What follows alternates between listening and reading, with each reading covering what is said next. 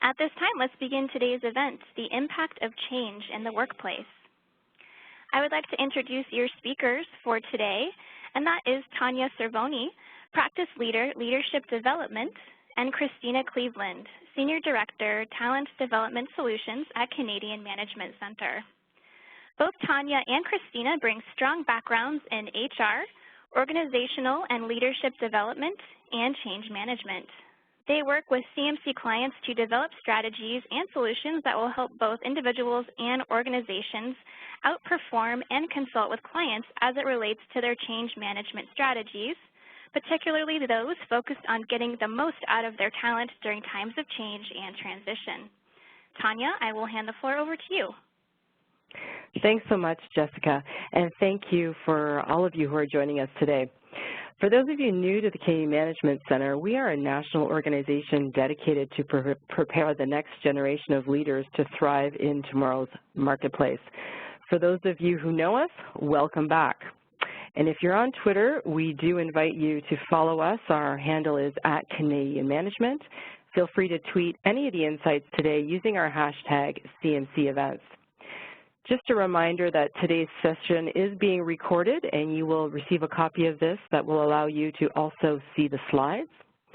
We have a jam-packed session for you today, so without further ado, let's just jump right in. So we're super excited to share with you today the results of our 2016 RealityChek survey. Our RealityChek surveys were created to fill a gap in Canadian research in the HR and OD space. So when we're initiating research on a topic, there's often a gap in the Canadian perspective. As well, we tend to see a disparity in what we, or the leaders in our organizations, think is happening in the marketplace and in the workplace versus what's really going on. So our RealityChek surveys are designed to gather opinions and insights from employees and leaders across the country on current trends and key topics, to represent the Canadian point of view and to give you access to facts and insights you need to influence on initiatives that may be impacting your workplace. Back in 2014, we conducted a RealityChek research on generational perspectives in the workplace. And we can share that link with you today if you didn't have the opportunity to review that piece of work. It was really well received as our clients felt that the content was very relatable given the shifts in the demographics of the workforce. This year, given the current economic conditions and the pace of change driven by so many different factors, reorganizations, demographic shifts, changes in our work environment to be more virtual, et cetera, we wanted to explore the topic of change. So this edition is focused on identifying the impact of change in today's workplace and, importantly, uncovering what you need to know in order to maintain productivity and performance, because those are really two big items that take a hit in times of change. And in the VUCA world we're living in, it can be especially challenging to keep our employees engaged. So we need strategies to stay focused on delivering value to the business through people when things are simply so volatile, uncertain, complex, and ambiguous. Before we get into the actual data, just a little bit about the demographics of our survey respondents. So you can see here on the slide that the research was conducted over the months of June and July. And we had over 1,400 survey respondents. You'll see the breakdown in the slide that we have a wide range of representation in terms of both work and leadership experience.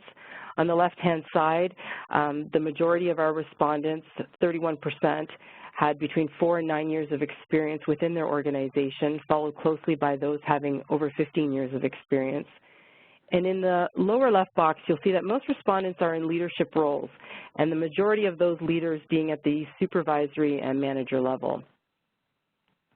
On the right-hand side in the pie charts, you'll notice that the majority of individuals responding had between 1 and 5 direct reports, and there at the bottom you can see a wide range of leadership experience, but with most people falling in the 11-plus years. The scope of our respondents is similar in our 2014 research, and that data collected had given us insights for employees and frontline leaders in particular. We have quite a bit of data to share with you today, but before we do that, one other piece to level set. Just want to make sure we're on the same page as to how we're defining change. So here we can see Merriam-Webster's dictionary definition, defining change as to become different, to make someone or something different, to become something else. And the results from our research is pretty clear. 86% of respondents are indicating that they experience more change today. And of course, the reasons for the changes we alluded to vary, everything from reorganizations, changes to organizational strategy and focus, changes in technology, people indicating they had a new manager or there's new focus on growth or expansion. The list really was quite long. So really what's important here is to ask the question, what does all this mean in terms of impact on our workplace? As employees and leaders navigate through the uncertainty and the ambiguity of change, there really is an undeniable impact on productivity and performance. And as you can see from the stats here on the screen, that about 1/3 of respondents indicated that they experienced lost productivity and or inefficiency during times of change. Now this can connect back to lack of direction, stalls in project or deliverables, resources being redirected, or simply a lack of clarity. Regardless, this translates to an impact on your bottom line. And you can also see here that 50% of respondents saw a dip in employee morale and engagement. This is obviously cause for concern, particularly for your top talent, since this can create a real retention risk. So if employees are feeling dissatisfied or disengaged or even feeling shut out from communication about the things that are changing and impacting them, it may cause them to look outward for greener pastures. So both of these cause us to pause and consider, how is change impacting your business? Excuse me, which brings us to the question of why change or change management really matters. So we've highlighted some key findings already from our RealityCheck indicating that change has increased in the workplace in the last 3 years, and that uncertainty during times of change has a negative impact on productivity, performance, and employee loyalty. So our ability to get results is truly compromised. The results also showed that organizations are not well prepared to manage change or the constant vortex of change that we find ourselves in. And finally, the insights from our research indicate that employees lack confidence, specifically in their leaders' ability to effectively champion their needs during times of change. We've got some data to review with you about this, and before I bring Christina in to do just that, we'd love to get some feedback from you and open up our first poll. So in a moment here, you'll see the poll open up on the right-hand side. So we'd be interested to hear, where are you as it relates to change? Are you responsible for managing or implementing a change? Currently leading your team through change? Working to manage your own reaction and response to changes happening around you? Trying to overcome the legacy of past change failures, so maybe a little bit of baggage there to overcome, or striving to get senior leadership support to adopt change management best practices. Take a moment now to review. I recognize that there may be more than one that is impacting you, but if you could select the one that is having the greatest impact on you right now. And once you select A, B, C, D, or E, don't forget to hit the submit button in the bottom right-hand corner of your screen. So Christina, where do you think people are going to fall out here, given what we know already about the research? Well, I think that people would definitely be looking for an option that indicates all of the above, because depending on what project you may be working on, you may fall into a different category than another. But I'm definitely curious to see so that we can identify ways that we might be able to tailor our session today and share insights that are going to be the most relevant for you and the people who are participating and listening to the recording later on. So Jess, maybe if we can go ahead and close out the poll and see where we netted out in terms of results. We are getting close to wrapping up here. So what we're going to do next, once we get the results of this poll, is take you into talking about some of the key roles that occurred during the change management process. And what's really fascinating about change and what was exposed for us through the RealityChek survey is that, typically a lot of projects inside organizations are not actually treated effectively as changes. So that can lead to a lot of disengagement and confusion. But based on the results that are coming in, it looks like 38% of people who are participating today indicate that they're working to manage their own reaction and response to the changes that are happening around you.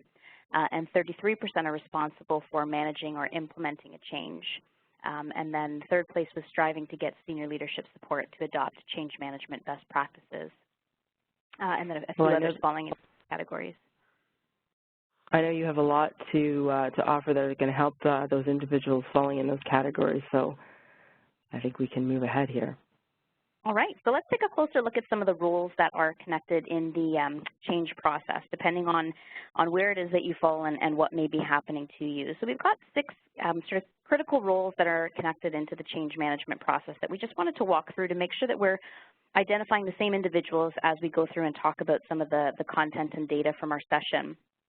So really, when you look at the change sponsor, they're the principal driver of the change and the one who connects the change to the business rationale. So they tend to be the visible driver for a particular change, and their role is focused on explaining why the change is needed and also identifying what would happen if we don't change.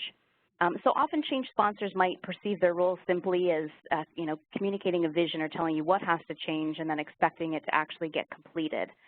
But the people who are completing it are our change implementers.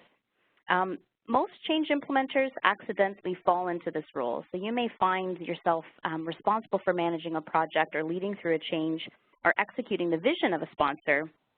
It means that you're the one that's actually managing the change. So it could be that you're a leader for introducing a new process or a new technology, but generally you represent the person who's making the change happen, whether that's connected to the business need or to the process. So based on our results today, it looks like about 33% of you might be in the role of a change implementer. Up top, the change agent is somebody who supports the change implementer, because the change implementer, although often expected to, cannot do it alone. So they do need to have agents that work through the organizations who help to manage the change through implementation and through execution. So these change agents tend to have expertise in change management, and they're individuals who will work to channel feedback up and down or across the organization.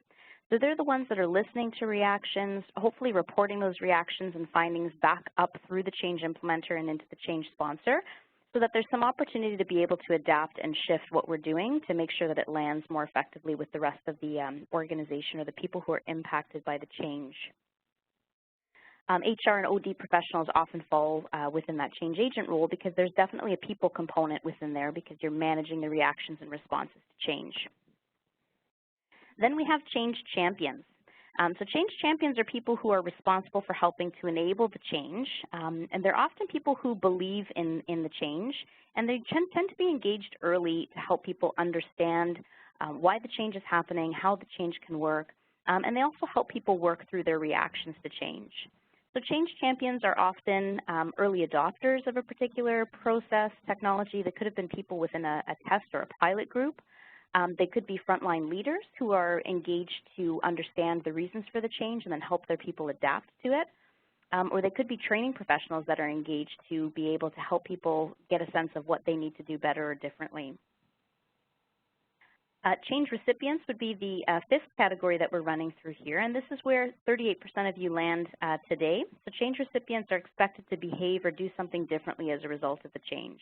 So often you are on the receiving end. There's something that's going on around you that's requiring you to have to adapt to a change within your environment. So you are receiving the change. And what makes you different over a change victim is that a change victim would look as though this is happening to them. So people who identify as change victims, and in terms of the participation for the call today, some of us may accidentally fall into this category, because change victims can often be champions that people forgot to tell about a change, forgot to engage in the process of the change, and then you become a victim of somebody who might appear to be resistant or frustrated about a particular change when really you could have been engaged differently in the process. So those are the 6 key roles that we'll sort of connect into as we go through our conversation today. But the primary challenge in change management is not that people are resistant to change.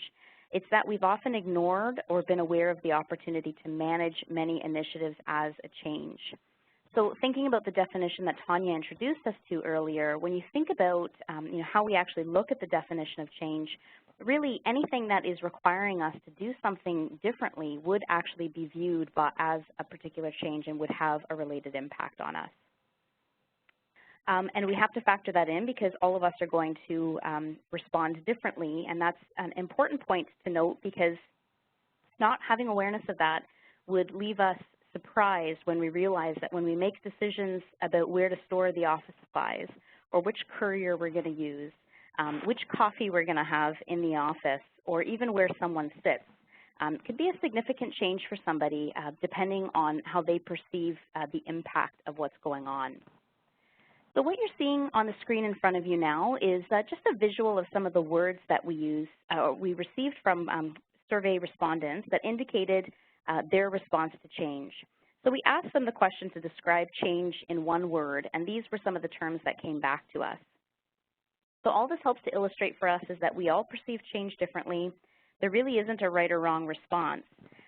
But some of these responses, if you look at the words, they appear more positive. So you see words like opportunity and exciting and needed would imply that there's some optimism about the change.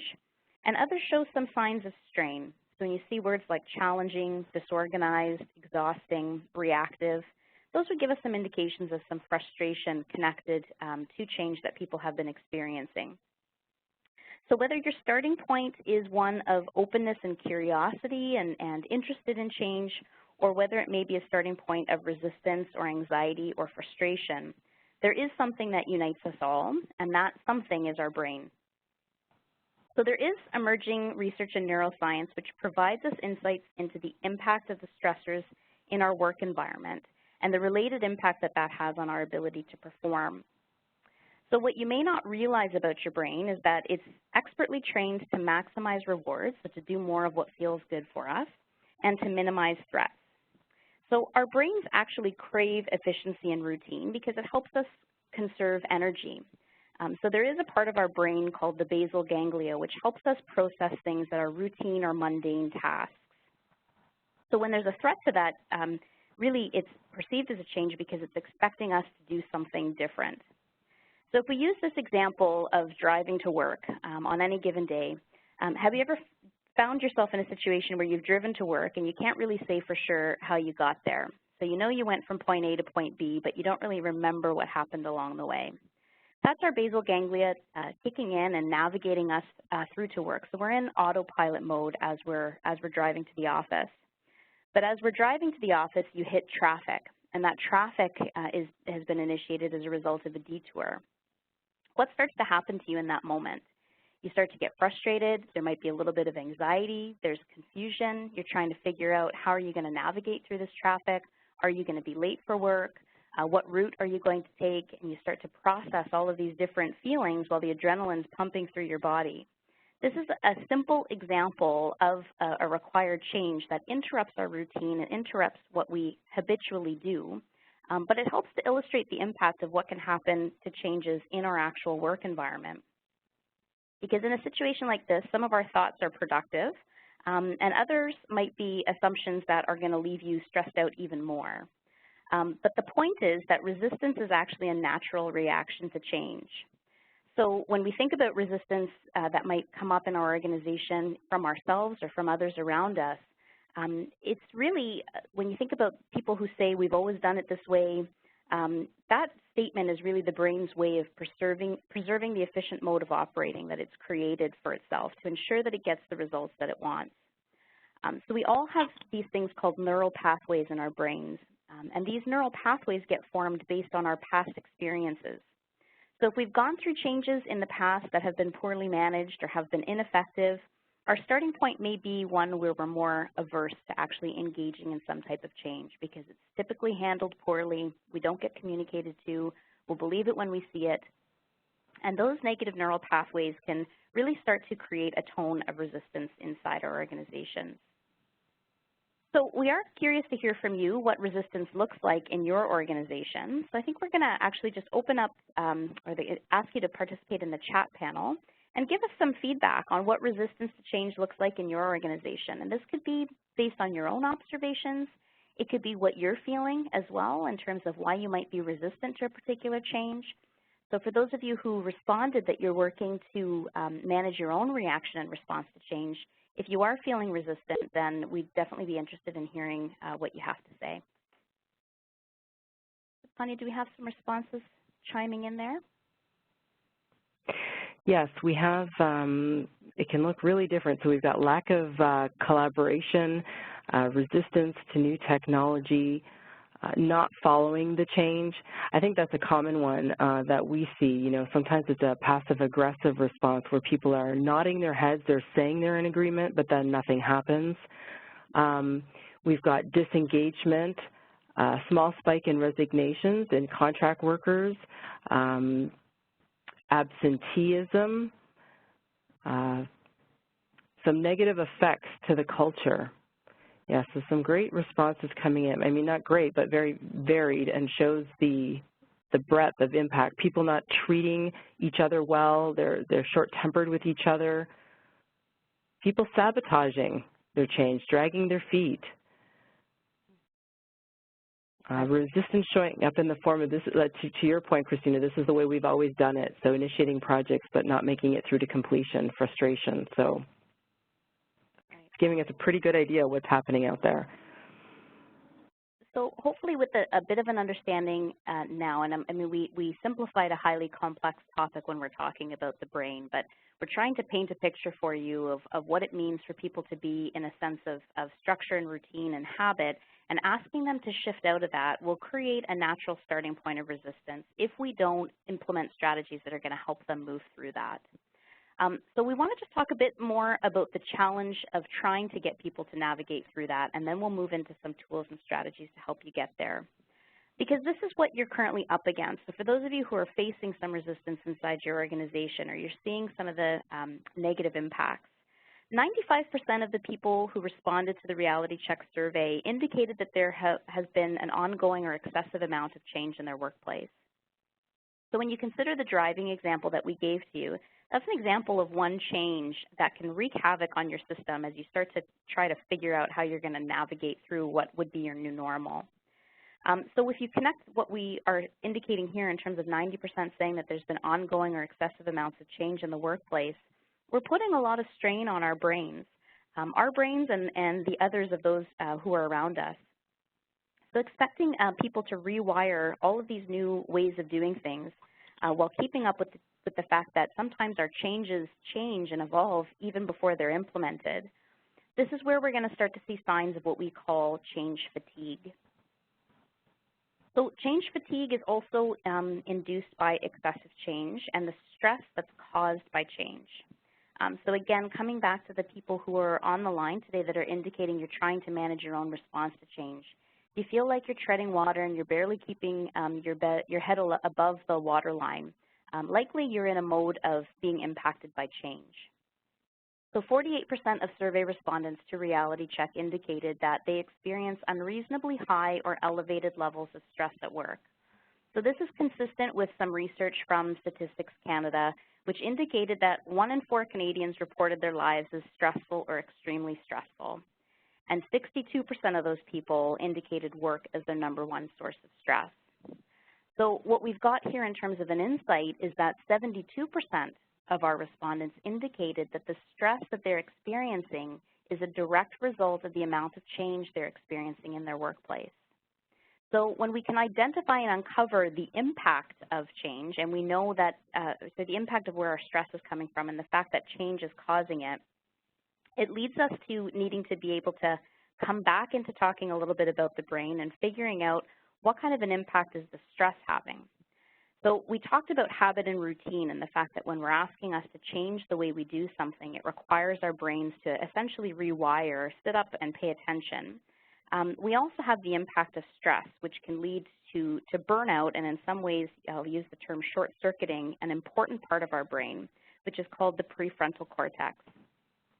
So the prefrontal cortex is an area of our primate brain that's in charge of abstract thinking and thought analysis. So it's a vital region of the brain because it regulates our thoughts in terms of both short-term and long-term decision-making.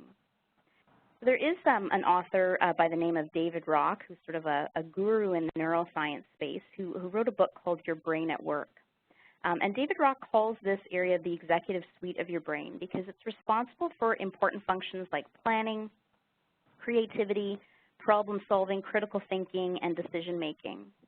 So if you think about a time in your day where you're really efficient, or you get these brilliant flashes of insights, or you're able to power through a bunch of emails and respond and put a tick in the box and feel like you're getting something done, chances are that prefrontal cortex was working at its optimal capacity to support you in doing that.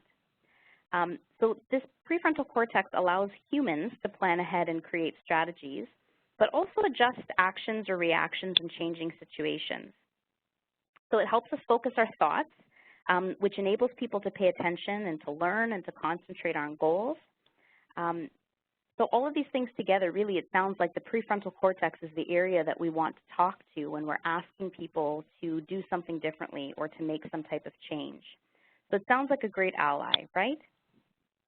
So if we're thinking that we want to tap into this area of the brain to help move people along in our plans for change, the unfortunate result is that given the amount of stress that people are experiencing in their work environment, the amount of multitasking that we're typically called to do, our prefrontal cortex are actually short-circuiting.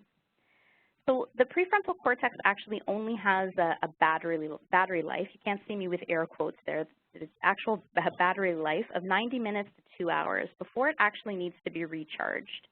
So if you think about days when you're in the office and you're slogging through a report, it's late in the day, you just can't seem to get your concentration or your focus back. That's your prefrontal cortex screaming for you to take a break and give it some time to recharge. So it needs to be well rested and free from distraction in order to focus. And when it's active and engaged, it lets us engage in all of those amazing activities that we just described. But unfortunately, what we're finding more and more in the workplace and even in our home lives, people are just overloaded. And when they're overloaded, they simply can't function at an optimal level. And this is where we need to make some trade-offs and decide what's a priority for us to focus on now and what can be delayed in order to increase change readiness from employees. So just to take us further into talking a little bit more about change fatigue, there are some severe impacts as a result of change fatigue. So the risk of not taking a look at the number of changes or projects that we're working on inside of our organization and prioritizing them to be able to integrate them slowly and in a way that people can actually absorb. The risk of that is that you might see some symptoms of change fatigue. And we've categorized them into two sections here. So the first one that we've identified is active and damaging. So active and damaging would mean that you can really see them. So they're visible because you might see or observe conflict, resistance, so people who indicated people digging their heels in. You might see an increase in errors or mistakes, lack of accountability, people playing the blame game, slowdowns in productivity, you're not able to get things done the way you need them to. Customer complaints could come up or derailed or stalled projects. So active and damaging would give us an indication that they're visible to the organization and they certainly have a direct impact on your bottom line. But in the other category, we have passive and destructive. So unlike active and damaging, you may not see them so visibly or they might not be directly called out, but they are silent killers inside the organization. So the impact of this are things like limited collaboration, so people not involving other stakeholders, silos that are forming inside your organization, low trust amongst different groups, slow adoption of your change, slow adoption of a new process, slow adoption of a technology, passive-aggressive behavior, which is always healthy, not healthy, increased stress and burnout, breakdowns in communication, and declining employee engagement. So if you see these signs and symptoms in your organization, and we often see them with the clients that we work with, our tendency is to go and start fixing the symptoms or treating the symptoms without necessarily identifying the root cause. But what we're curious to know from you is whether or not, when you think about some of these symptoms, are you observing them inside your organization, and can you connect these behaviors back to a particular change or a change that's gone wrong? So interested in getting your feedback in the chat panel when you have a moment to participate. But we do want to check in with you for some feedback. So we are going to open a poll. So as we ask you to complete the poll on the right-hand side of your screen, I just want to mention again that when we lose sight of the fact that changes can appear small and insignificant, our perception of the changes that require change management are usually that it has to be something massive or large scale. But small changes really can make the same waves as large ones. So looking to you to respond to us and help us see how would you rate your organization's overall success implementing change based on what we've shared with you so far?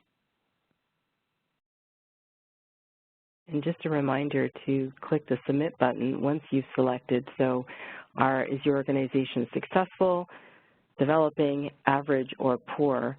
And Christina, while we're just waiting for people to respond to the chat panel, there has a question came up around the prefrontal cortex, the PFC. What are some ideas around how to recharge it? Because we are, as you mentioned, constantly multitasking and draining our brains. Yeah, I think that's a great question. So the two things that actually help to recharge your prefrontal cortex are glucose and oxygen. Those are the only two things that will actually help to re-engage that space. So people who participate in yoga, subscribe to deep breathing exercises and meditation activities, that's actually a really effective strategy for calming the sort of chemical reaction and response in your body and in your brain, and giving you an opportunity to clear space and re-engage that prefrontal cortex. Fantastic. Maybe we can close off the polls now, but when you say glucose, I just want to know, does that give me free license to eat as much chocolate as I want to when I'm stressed out? That is a choice that I won't provide recommendation or advice on. But I mean, certainly when you have carb cravings, sugar cravings, often those are induced by stress, and that is a reaction that's coming from your brain that's looking for something that's going to help to re-engage it and recharge it, for sure. Very good. Okay, we've got some results here, and it looks like the majority, 55%, are assessing their organization as average. We have some success, but certainly can improve, followed at 29% by those that are developing. So they're lacking the planning and leadership and tools to adapt to change. And then 12% falling in the poor category, yeah. Okay, well that is, those are great results, and for those of you who are in the successful and developing and average ranges that we see here, you would align to some of the results that we saw from the RealityCheck survey.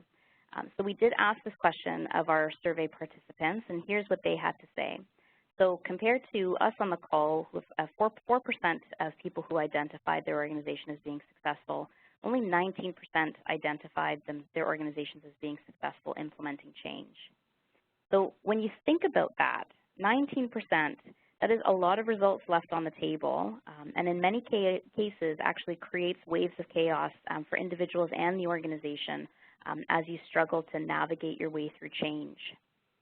For those of you who are in the average and developing range, both participating in the call, and then from what you can see on the results here, it's great that you've had some progress and some momentum, and it's really important to continue to mirror those best practices as you move forward with changes. Sometimes when you hit those high points, the challenge is also staying there and making sure that you've brought people on side with the change and that you have integrated those best practices into what you're going to be doing in future. And also so that you can take a look at some of the top barriers that are in the way of successfully implementing change inside your organization. So what were some of your challenges? So even though you're developing an average, what are some of the challenges that you've experienced so that you continue to work through those and improve them as you move forward with future changes inside your organization? So thank you very much for your input. We do want to share with you what we heard from survey respondents as it relates to the top barriers to successfully implementing change. So this is what gets in the way of us being effective in implementing change. So one of them identified was too much change or change fatigue. So clearly that is something that we've discussed the impact about in our session today.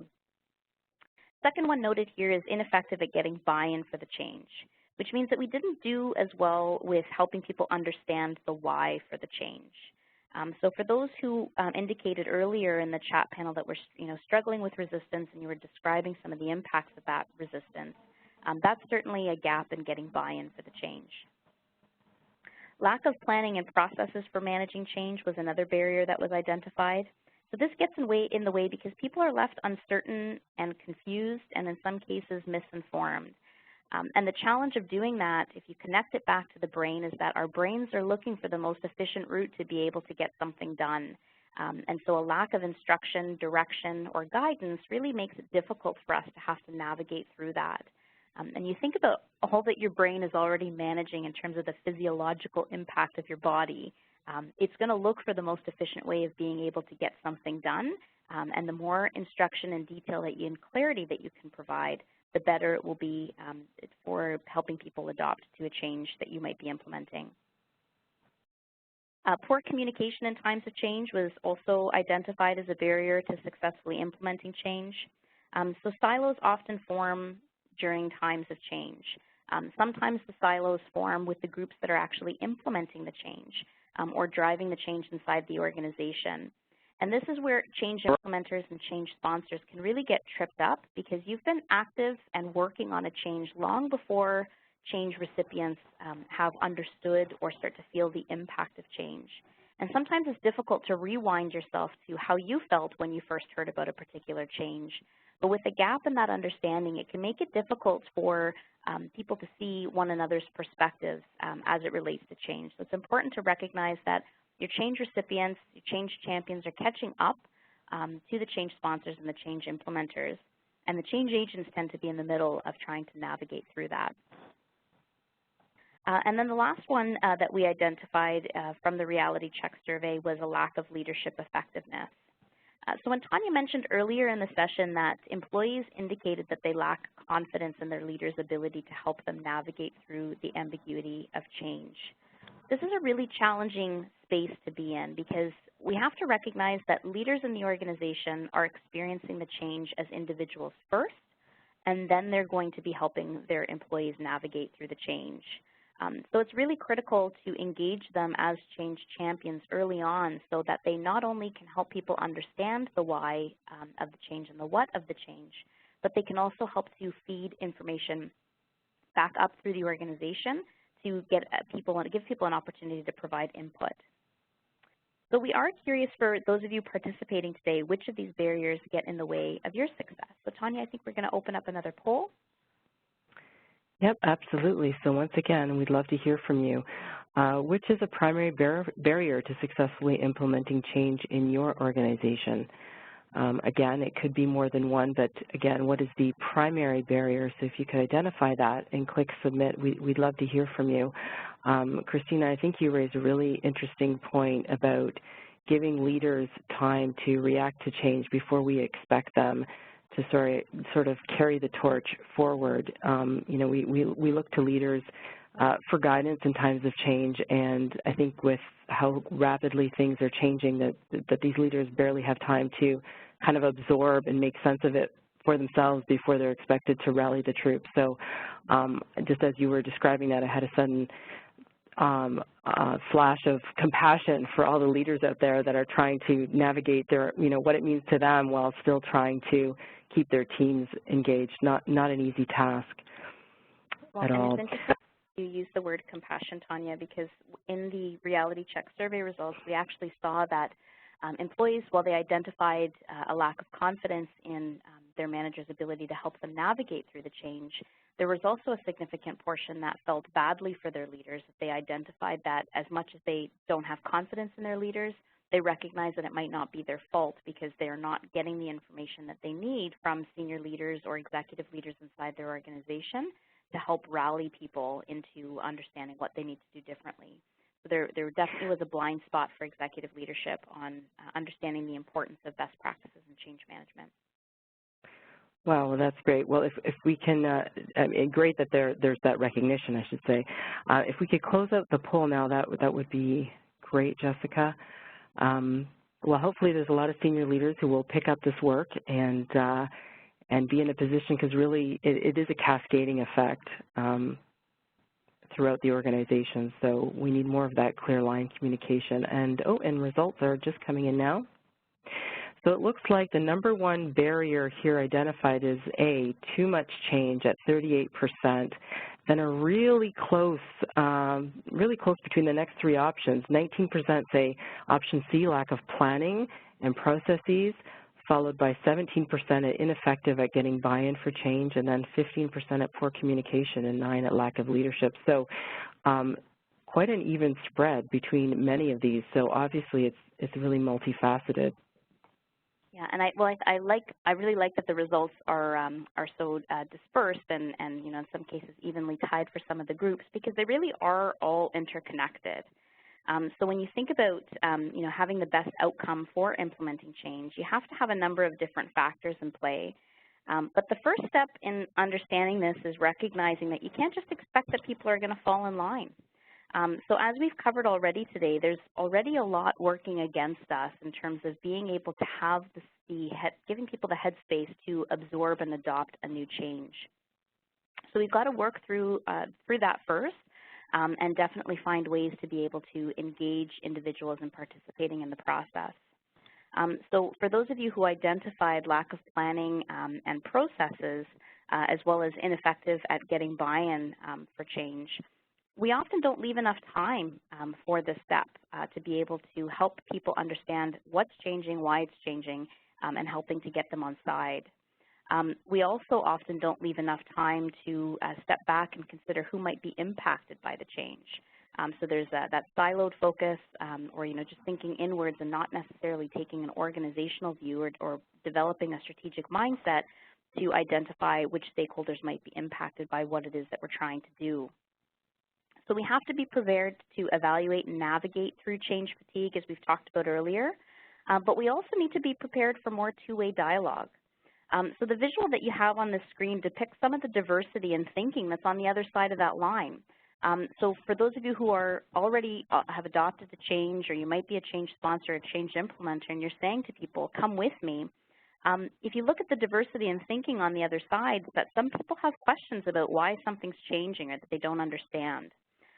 Others may have ideas that they want to contribute. They may have a way of being able to dial up or enhance what it is that we're doing.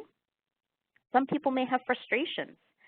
So the people who might be feeling resistant could have frustrations that they need to air or grievances that they need to get on the line. And then finally, others may be wondering if we've thought about different ways of doing this. So they may have questions, but they may have some insights or some ideas that they want to share. So we get told often that there isn't enough time for more two-way discussion, but if we think about the generational shifts in the workplace and the fact that Generation X and millennials are really taking over a large percentage of the population and workforce, and those are two generational cohorts that have an expectation that they're going to be involved in discussions that are going to impact them.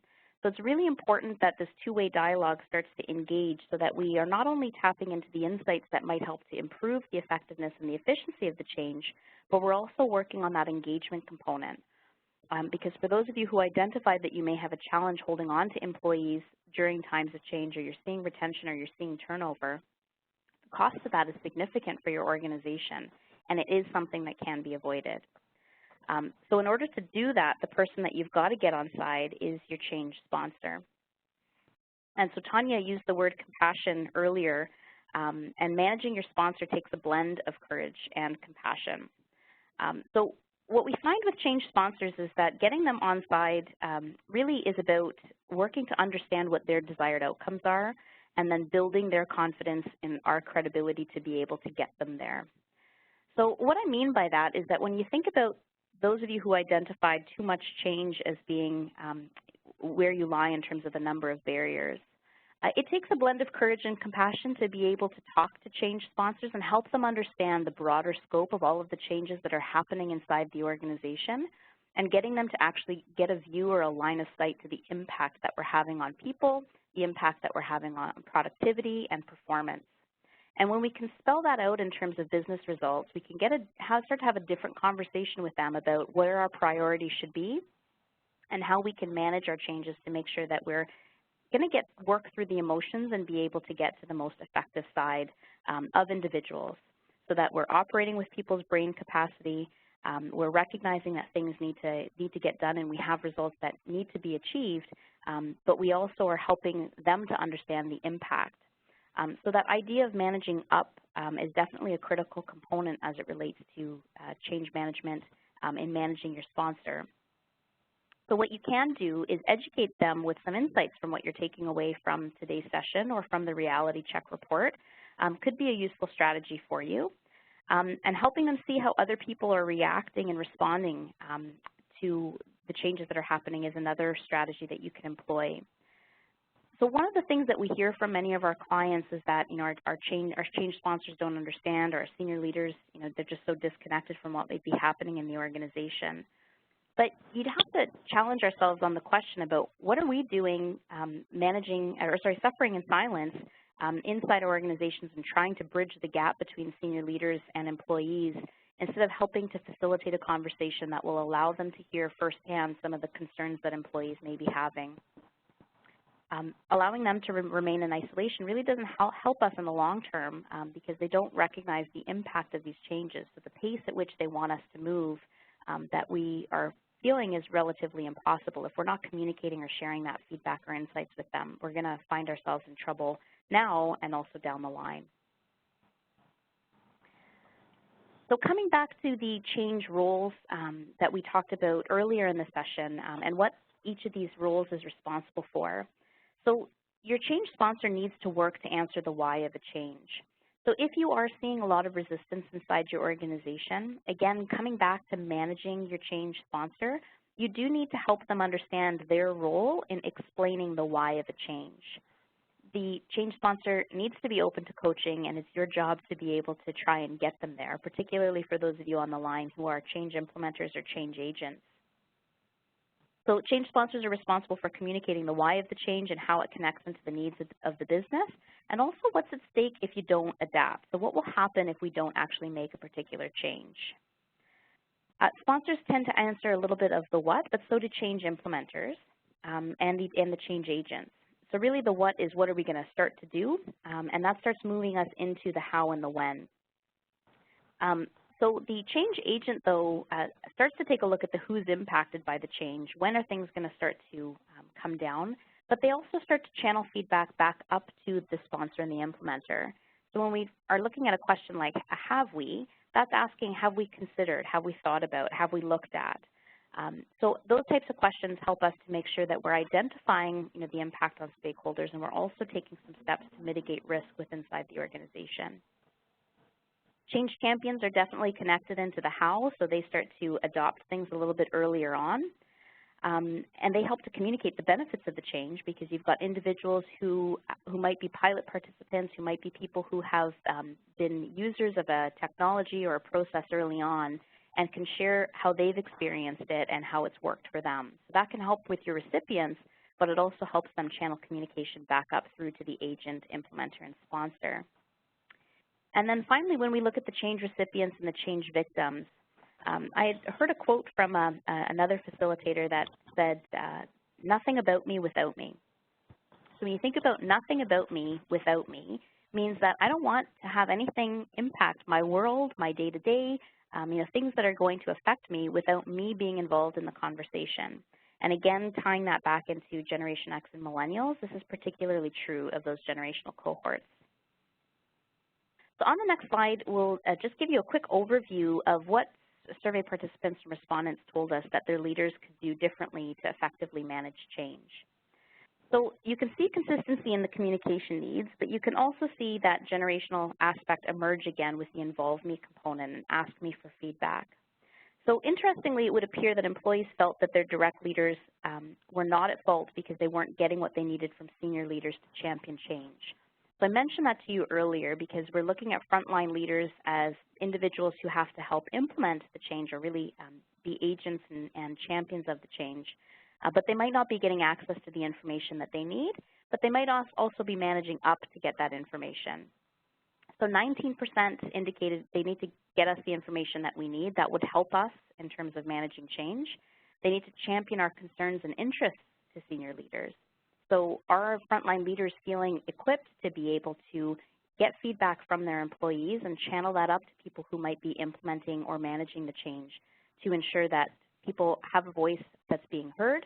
And it doesn't mean that all suggestions or ideas have to be implemented, but it does mean that you create a forum where you are curious about people's feedback, you want to get some insights on what you can do better or differently, and you're open to integrating some of that feedback into what you're planning as it relates to change. So when you think about the point that we made earlier, too, as it relates to leaders, they've got to get their own minds wrapped around what's changing and how it's changing so that they can process the impact on them first in order to be prepared to support other people. So if you've ever heard of that analogy, put your oxygen mask on first. That's absolutely true for frontline leaders. They have a responsibility to ask for the information they need and to productively communicate what's required, but they should be considered as really change champions that you can be engaging to support. So strategies that will help you change the way that you change. So based on what we heard from the RealityCheck survey, the first strategy that we're introducing is answering the why of change. So there was definitely a significant gap in people understanding the why of change, which is what leads us to resistance. So we have to make sure that people understand the vision for the change, what needs to change, and why. That leads us into communicating more. So not even just communicating more in terms of sharing regular updates and communication, but also communicating collaboratively, which means that you create some opportunities to involve employees. So even if it's something as simple as you're changing chairs that you're going to be using at people's workstations, if everybody shows up to work tomorrow and everybody has a different chair, even though people have been complaining about how chairs have been impacting their posture, they're ergonomically incorrect, they're tearing, they're dirty, whatever it may be, to have a change that impacts you so directly happen overnight without any opportunity to provide input or involvement really actually would end up frustrating employees, and you'd be amazed at how much they complained about those chairs, but all of a sudden they turned into cherished old friends that they wanted to hold on to. And again, that isn't the actual thing that's changing. That's our brains wiring the fact that something's changing within our environment, and even though it may be positive, it may not be my first instinctual response. So in a situation like that, involving employees by having a test group, test out different types of chairs, get people to provide feedback, vote, have some opportunities to collaborate, give us some input on things like color, on texture, whatever it may be. Any opportunity that you can find, no matter how small it is, to actually involve or engage some type of input is a step in the right direction of being able to improve and enhance buy-in. Preparing your leaders, we've talked about that in terms of getting them involved early on and engaging them as recipients, but treating them as champions. So engaging them as recipients means give them what they need to be able to process the change as individuals, but treat them as champions and help leverage them as ambassadors inside your organization to promote the benefits of a particular change and to help navigate people through it. And finally, build resilience in your team. Unfortunately, we often find that many of our clients, and what we heard from survey responses as respondents in RealityCheck, was that people don't talk about change until it's actually happening or until too much is happening and we're completely overloaded and fatigued. So building resilience in your team is about having these conversations, providing them with access to tools and resources that are going to help them understand what's happening in the world and what they're currently experiencing, and recognizing that those active and passive signs of change fatigue that we talked about earlier are natural. We need to acknowledge them, we need to talk through them, and we need to navigate our way around them before we start to implement more changes. So I do think that we're going to just jump ahead here to ask you to give us some feedback about what you heard today and to help identify one key takeaway that you're going to start to apply immediately as a result of what we've talked about today. Yeah, if there's one thing we can share as learning and development experts, and it absolutely helps you to get most value out of our conversation if you do take a moment to think about what really resonated for you and what you can do with that. If you care to share your responses in the chat panel, that would be great. as we're waiting for some people to respond. Oh, there is a question here, Christina. We may have 1 minute here. The question is, how do you recover from change failures of the past? Oh, that's a good one. That's a big one. And I think the direct response to that is that if you've had changes that haven't been well implemented inside your organization historically, really what you need to do is coach and manage your change sponsor to be able to admit and acknowledge the challenges of the past. So if we go back to this example of rolling out chairs and you get getting new chairs inside the company and you get a really adverse reaction or you get a lot of frustration and resistance from employees, you've got to come into the forefront and acknowledge that for people to identify the fact that we may not have handled that as well, or we should have done X, Y, Z to be able to get your input and involvement, and we'd like to try again. We'd like to restart. So unless you can acknowledge those change failures of the past, that existing resistance is going to be at the forefront of anything that you try to implement going forward.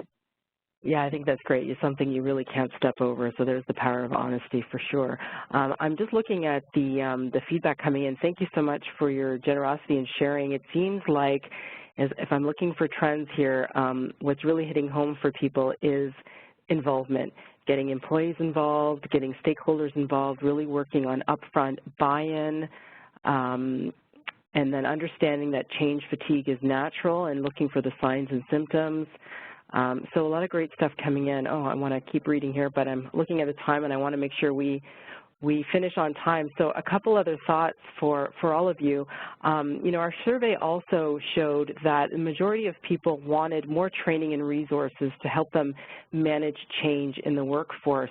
So what we wanted to share with you really quickly is you can see here that we have a number of solutions, a number of programs around change that are meant to address some of these big challenges we've been talking about today, how to break through resistance, how to understand reactions to change.